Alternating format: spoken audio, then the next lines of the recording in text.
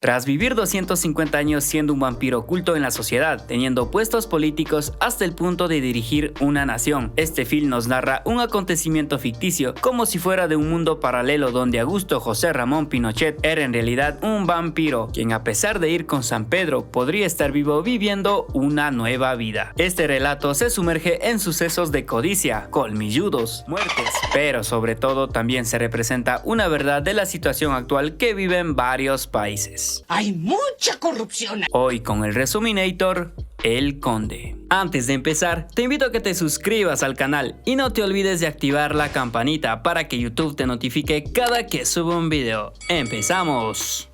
La historia inicia varios siglos atrás en Francia, París, donde un joven llamado Claude Pinochet tenía tan solo 20 años, quien creció dentro de un orfanato. Con el tiempo se unió al ejército como oficial de Luis XVI, pero el mijo a esa edad se pegaba unas buenas borracheras para luego molestar a las cariñosas dentro de los bares. Sin embargo, una noche había mordido el cuello de una de las suripantas, revelando su verdadera identidad. Las mismas que al descubrir su modo Drácula trataron de mandarlo con San Pedro, como se lo haría de manera convencional. Claro, Pinochet en su defensa terminó eliminando a todos en la sala a punta de madrazos. Después él mismo participó en la revolución contra Luis XVI, viendo cómo decapitaron al rey y a la par saboreando su sangre. ¡Ay, no, guácala! Más adelante fingió su deceso asistiendo a su propio sepelio, esto con el fin de tener una nueva vida, y para finalizar su estadía en las Europas, desapareció con algo de dinero junto a la cabeza de la reina de Austria. Años después apareció para ser partícipe en la lucha de Haití, de Rusia y Argelia. No obstante, para subir de nivel, se convirtió en comandante en un país sin rey. Es allí cuando en 1935 llegó a Latinoamérica, específicamente a Chile, con su nombre definitivo, Augusto Pinochet Ugarte. Su objetivo era convertirse en la mayor autoridad de ese país. Por ende, tuvo que casarse con una mujer mucho más loquilla que él, Lucía Iriart. Y así en 1973 bombardeó la Casa de Gobierno para derrocar a Salvador Allende. A pesar de obtener el poder de forma cruda, había creado mucha prosperidad dentro del país. Además salvó a Chile de las luchas bolcheviques. Así también tras bambalinas pidió que lo llamaran conde. Evidentemente el poder absoluto lo convirtió en millonario, eliminando a toda oposición en contra de su mandato.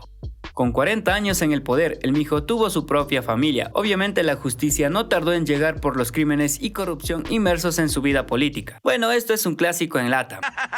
¡Un clásico! Por esa razón fingió de nuevo su deceso al no tomar sangre por varias veces, para más adelante llegar a una isla y tener un verdadero final luego de 250 años de existencia. La familia entera sabía de esta decisión, pero una noche sale de su abstinencia de beber sangre y se embarca a la gran ciudad, donde liquida varias personas con el fin de extraer sus coras, licuar y pegarse su buen cóctel de líquido vital. ¡Ay, no, guácala! Por otro lado, conocemos a Carmen, una monja entregada al Señor, quien tiene la tarea de exorcizar al vampiro. Es más, tiende a ser una experta en números y la contabilidad, pero la nena tiene otras intenciones derivadas hacia la iglesia. Otra cosa más, una de las hijas del colmilludo es quien la contrata. Luego conocemos a Fiodor, mano derecha del conde, quien realizaba las cosas sucias encargadas por Pinochet en su pasado político. En esa actualidad es una especie de mayordomo en servicio de Draculín. Horas más tarde llegan los 5 hijos del ruco, pues querían saber por qué su padre decidió de nuevo chupar sangre. Además también están allí por el dinero que el mayor tiene en su poder. Obviamente todos saben la identidad de su progenitor, pero ninguno de ellos es un vampiro, pues el mijo ha preferido que vivan como personas normales de la sociedad. Entonces los hombrillos comentan sobre los corazones extraídos. Pinochet responde de manera algo negativa. En eso agregan tener varios documentos, libros y ese tipo de cosas que pueden tener un valor muy alto, por lo cual menciona repartirse el botín entre ellos. Al día siguiente nos enteramos sobre la verdad de Fiodor, quien también era un vampiro gracias a Pinochet, el cual lo había mordido por sus años de servicio durante su mandato. Es más, él había sido responsable de las matanzas en la ciudad, y si eso no fuera poco, era amante de la mujer del conde.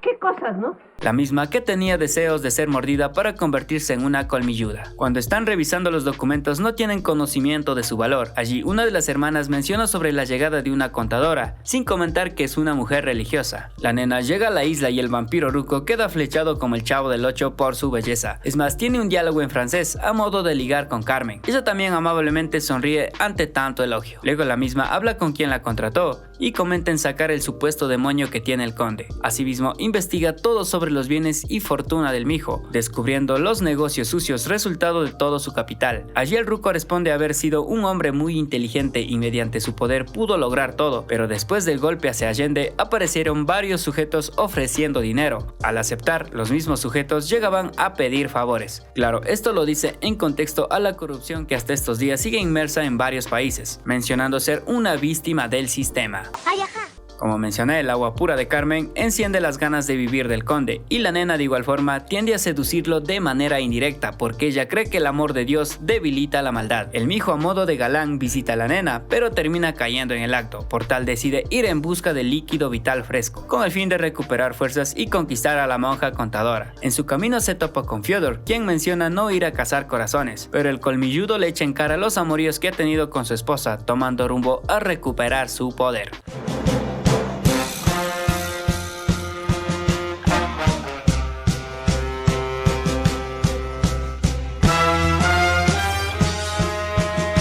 Por último, pasa por el Palacio de Gobierno para ver si honran su memoria mediante un busto, pero no. Mientras tanto, Carmen obtiene información crucial de los trabajos sucios realizados por todos los hijos del vampiro, quienes estaban inmersos en la corrupción. Los mismos confiesan hasta el mínimo detalle de cómo operaron en esas épocas. Por supuesto, comparten estos datos porque una de sus hermanas comentó que la nena era de mucha confianza. Ahora, Fyodor menciona a su amante el porqué de haber ido a sustraer corazones, pues quería llamar la atención de los hijos de Pinochet y que ellos mismos se encarguen del ruco. Además sabe que hay alguien más por detrás, protegiendo al mijo y no lo deja morir, pero este personaje lo conoceremos más adelante. Ok, entiendo. De igual forma, comenta que el conde está enamorado de Carmen y ya no de ella. Entonces el colmilludo se pone en modo Basile conquistador, en cambio la nena estaba en modo monja tratando de liberar al supuesto demonio, pero esto a Pinochet no le afecta ni madres. Todo esto lleva a la religiosa a ser seducida, para luego terminar haciendo el snus-nus, perdiendo su santidad, además es mordida, convirtiéndose en una colmilluda más.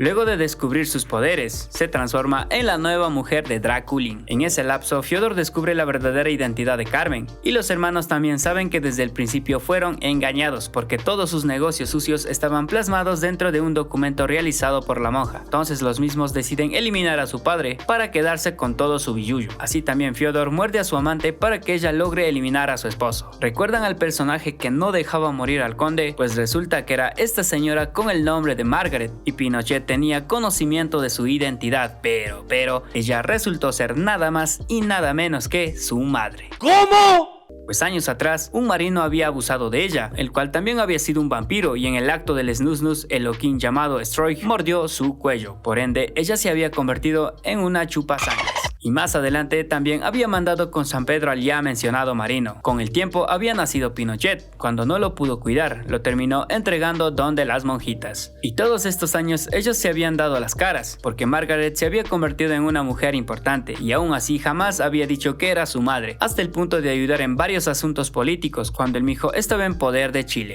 Con todo eso agrega también que ella tuvo mucho que ver con la llegada de Carmen, pues quería resucitar las ganas de vivir de su descendiente. Sus hijos por su parte no saben qué hacer con tantos vampiros y la opción es eliminar a todos. En eso Carmen trata de escapar con algunos documentos, pero Fyodor la captura mandándola con ya saben. De igual forma el conde elimina a su esposa mientras intentaba dejarlo sin vida. Por último Fyodor corre con la misma suerte a manos del protagonista y sus hijos quedan vivos solo con algunas cosas del inmueble dentro de la isla. Fin.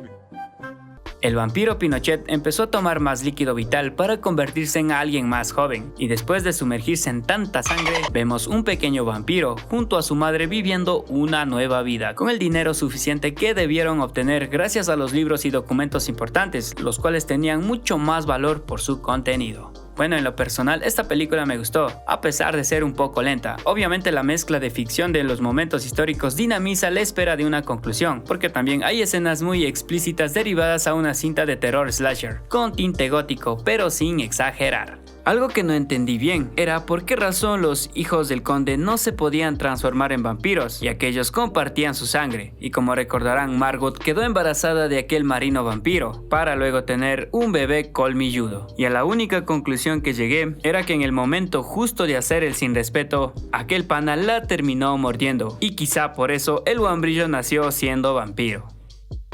Like y comenta.